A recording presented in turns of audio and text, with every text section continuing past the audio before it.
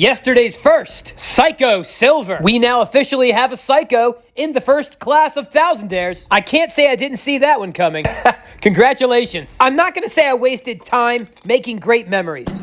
Cash was squandered. Time was squandered. I'm here now. No regrets. Although if I could do it all over again, I would have returned blockbuster videos faster. Cheers to you, friendo.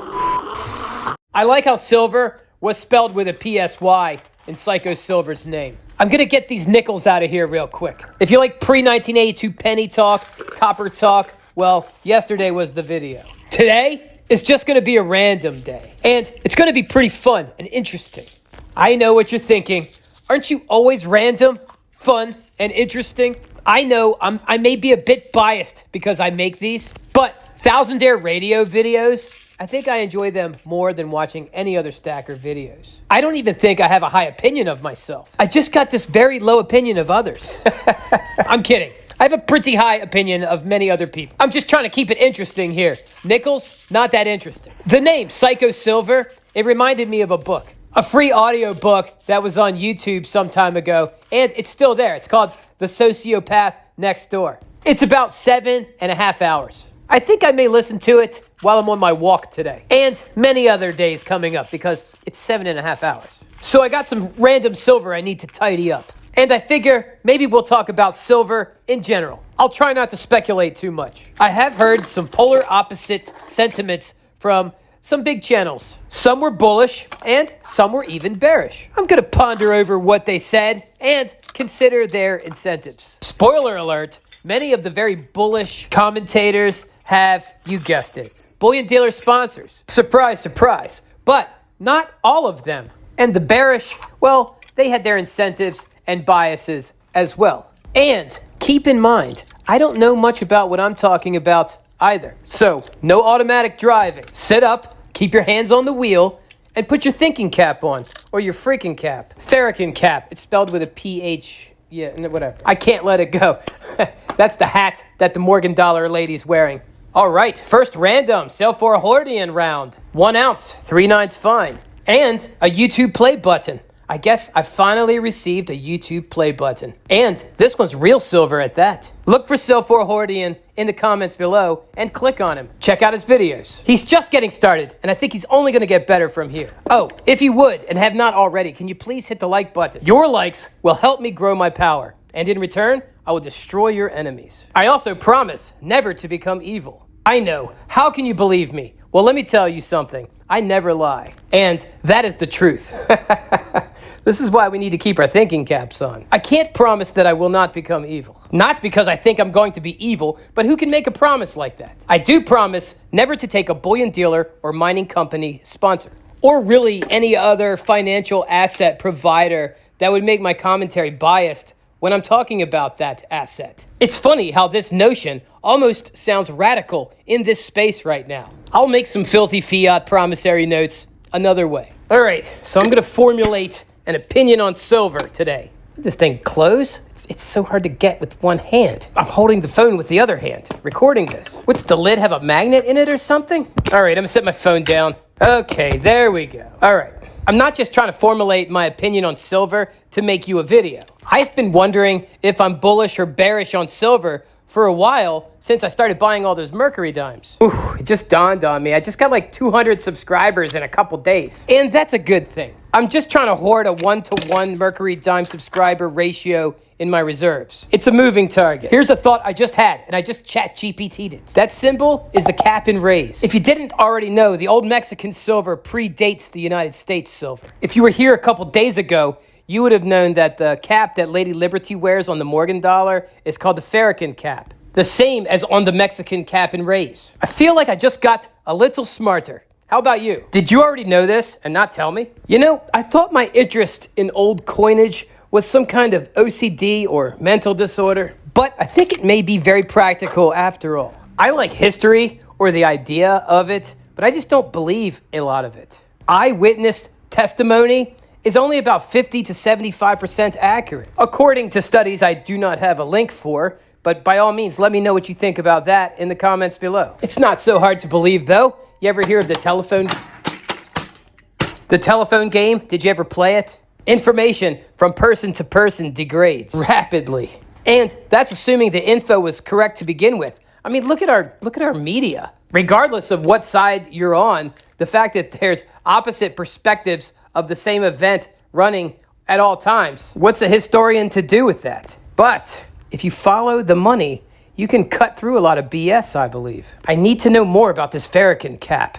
Why does it seem to transcend nations and borders on our money? Anyhow, back to silver. Should I start with the bullish thoughts or the bearish thoughts? Let's go with dessert first. And if we're still hungry, we'll eat our vegetables. There's a big channel, 2.6 million subscribers, called Clear Tax Value. He's recently professed his bullishness on silver openly. He's not sponsored by a bullion dealer, so his opinion seems genuine to me. Does that mean it's correct? No. Look at that artwork. I'm sorry, but Mexico just does it right. To be fair, they've been at it for a while. Since 1535, 241 years before the signing of the Declaration of Independence. Yeah, so a bit of a head start on the United States. Early depictions of eagles don't really even look like eagles. They look more like griffins or dragons. Anyhow, where was I? The Clear Tax Value guy, he's bullish. He mentioned EVs and the trend, which seems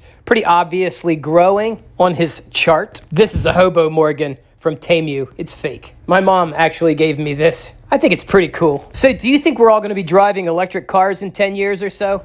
I'm not so sure I believe that. I have driven a fairly higher-end Tesla, and it was amazing. No doubt. But I think a lot of car companies are failing at this electric car thing. Although he did go on to talk about a battery that goes 600 miles and can be charged in 9 minutes. And it uses like 1,000 grams of silver or $1,100 worth of silver at today's prices. Actually, his video was from 2 weeks ago. How much is the silver price today? It's Tuesday, June 17th, 2025. I just looked up silver. It's like $37.19 an ounce. Gold is $3,385. And Bitcoin has crashed down to a paltry $104,000. Pathetic. I set my Coinbase to buy a little Bitcoin each week, about $50. I set it about a month ago almost, or 3 weeks ago. We'll see how it ages. All right, so electric cars that use over $1,000 in silver. He also mentioned solar panels. He mentioned inflation in general. That actually had my attention more than any of the other talking points. Silver and gold usually lag other commodities. So when I ask myself, is silver going to go up or down? I ask myself, how about just general items? Are they going to go up in price or down in price or stay the same? But he was more bullish on silver than simply the preservation of wealth. He did say the wealth preservation aspects of it at least give us a floor. At $37.19 an ounce, I'm beginning to question the integrity of the floor myself. Am I going to walk out to the middle of this frozen lake and try to cross it? This Salivate Metal round is 2 ounces of silver. It's chunky. It reminds me of one of those big peanut butter cups. I have not had one of those for a long time. I'm really going for it. Health, that is, not peanut butter cups. So what would the next Fibonacci leg up in silver be? Probably roughly $40. Who's backing up the truck at those prices? Well, it is mostly an industrial metal. Maybe they'll need it to make the robots. I didn't hear anything about robots. But finishing up with this bullish narrative, he's another proponent of 3-digit silver. Although he did protect himself with a disclaimer saying he doesn't know when that will actually happen, but that it will one day. We just don't know when or how long. And that makes sense to me. I'm basically a proponent of 3-digit combo meals at restaurants, or 3-digit 1-gallon tins of olive oil, 3-digit video game controllers, maybe even one day a 3-digit cup of coffee. So on a long enough timeline, why not silver? Maybe he's right, or maybe he just drank the Kool-Aid too fast. I don't know. What's my bearish case? Well, I watched a video of a guy who runs a coin shop. I won't tell you who he is, but I will say he talks fairly normal, so you can probably figure out who it is not. Is it any surprise this is one of my favorite pure silver coins? There's just something about it. Anyhow, this coin shop owner said, $37 silver, I mean, you're pretty much already too late if you have not already built a position. And remember, no one knows what's going to happen here, but ask yourself, how do you feel about buying $37 an ounce silver? Independencia y libertad on the security edge. That's independence and liberty. I like that saying way more than e pluribus unum. It's not that I don't believe in cooperation. I believe in a healthy body is made of healthy individual cells. Or great fences make great neighbors. If you don't know already, e pluribus unum means out of many, one. Reminds me of like Vulcans on Star Trek or something. The needs of the many outweigh the needs of the few. It just sounds like collectivist crap to me. I believe if you want people to cooperate and work together towards something, there's got to be decent incentives other than, oh, you're helping the needs of the many. Aren't you so happy you get nothing? You help the many. You're a good little minion. Keep it up or we'll put you down. That whole the nail that stands high gets hammered down. You may as well just raise a red flag. I think it's better to tell people, do this and you'll get this. And it's yours to do with as you please. And it's no one else's business. And we'll continue to work together to get more. Actual substance and not some merit badge. This is 10 pesos from Cuba. I've always held on to this because I think I can't replace it. We got a trade embargo and I looked it up on eBay. You can't find these. So I figure if I get rid of it, well, I won't ever be able to get another one. Not that I even want another one. Yeah, I just don't know what to do with this. I'm like a deer in the headlights. If you've seen these anywhere or know where to buy these, let me know. I'm just interested in hearing about it. Maybe if they're not a big deal, I'll just get rid of this one. But as of now, it just seems special. Yeah, so that coin shop dealer, he wasn't sponsored by a bullion dealer. I just got the impression he doesn't like jumps in the price, which makes sense because slow and steady wins the race. I heard the author of that book was sponsored by turtles. They were like, we're going to convince the world a rabbit cannot beat a turtle in a race. I do believe in the slow and steady method. I know I don't want to walk out on the ice if it just froze overnight. But if it stayed below freezing for months, I still wouldn't go out on it. But that's because I don't ice skate. And I almost drowned when I was a kid. Plus, often, I'm fearful of possible life-threatening situations. Metaphors aside, am I bullish on silver? No. Am I going to keep buying silver? Yes. I'll buy my old silver dollar each week. I'll keep loading up on mercury dimes. Maybe I'll sell off a couple pieces I don't necessarily care to keep while doing so. I just ordered 1.2 troy ounces of gold, another centenario, and I'm paying $4,120 for it. Perhaps I'm biased because I'm going to be broke for a little while. And by a little while, I mean, well, we may have a dusting of snow before I have a substantial amount of cash I can spend on something I like again. This is the 1947. I haven't looked it up yet, but I watched the Dub C's video or White Cross, and he said he can't find these anywhere. I just looked it up. I've seen some on eBay for $50 or $60. Buy it now, and there's auctions going on. I got this for spot when silver was anywhere between $24 and $27 an ounce. A lot of coin dealers just don't like world silver coins. I like them. Hey, maybe let me know in the comments below. Write bullish and why you're bullish on silver, or bearish, why you're bearish on silver. That'll be fun to read. There's my favorite type of silver eagle, type 1. You know what I think the real problem is with the new eagle design? It may sound strange, but the eagle looks too much like an eagle, and the design is not symmetrical. I see these Libertides, I buy them because I know they don't make so many of them. And I enjoy so many other Mexican coins. I have to say, just like the eagle argument, I like the Type 1 Libertad as well. I don't hate these though. I won't throw them out of stack. $2 over spot at the time when silver was lower. What was I supposed to do? I got all these other Mexican coins at spot, but somehow I don't think I'll be finding a deal like that again anytime soon. Especially with that attitude. Well, I guess we're about done here. A special thanks to Silverbuck Stacker for sending me this wooden display rack. You got me rethinking about how I look at my silver. Really cool. Thank you so much. Hey, if you enjoyed yourself here, subscribe and stick around. And don't forget, hit like, comment, and hit like on other people's comments. Let's push that algo. I made those noises myself. Is that it? That may be it. That is it! Thousandaire Radio, wicked show. You're still here? Oh, you're the best. All right, some bonus comic book talk. Disclaimer, I own these comics, so I'm biased. The comic book market is a small market. Who knows what kind of effect I could be having buying the books that I've been buying. You'll see what I mean in a minute.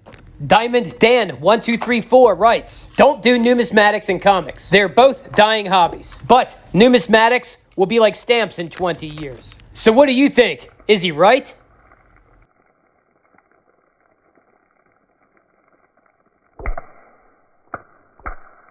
Sorry, I had to do that. So, Diamond Dan 1234 doesn't seem to have much faith in comic books and certainly no faith in numismatics. Unless stamps are doing awesome. I don't think they are, though. So here we go again with another Lobo #1 from his miniseries in 1990, slabbed in a CGC 9.8, and it's a newsstand edition. I have the Omega Men #3 CGC 9.8, first appearance of Lobo. I have a couple of those. I'll show you one in a minute. I believe this Lobo cover is more iconic than the first appearance because, well, you'll see. Also, I believe the attrition rate on this book is much higher. Newsstand editions were sold in gas stations, not comic book stores. In the early 90s, some people smoked in gas stations. This also has a black cover. Time is not good to them. So, to have it 35 years later with white pages in a CGC 9.8, I believe they will be in much more demand later than now.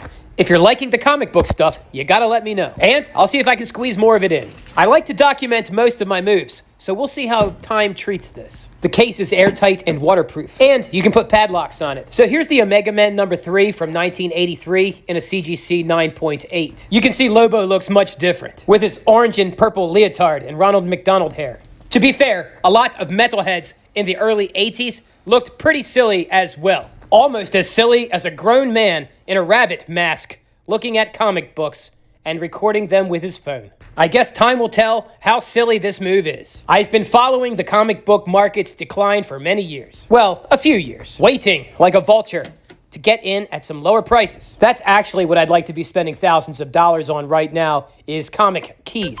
Okay, so I got 7 of these in here. The case holds 8, and here's number 8. On average, I paid $150 to $200 each for these. The full case has me feeling satisfied. Lobo will be hitting the big screen in the Supergirl movie in 2027. Join the pen pals. You can now write me at The Thousandaire Collector, 1700 Sullivan Trail, Suite 7, Box 111, Easton, Pennsylvania, 18040. Don't forget to include your info so I can put you on my mailing list.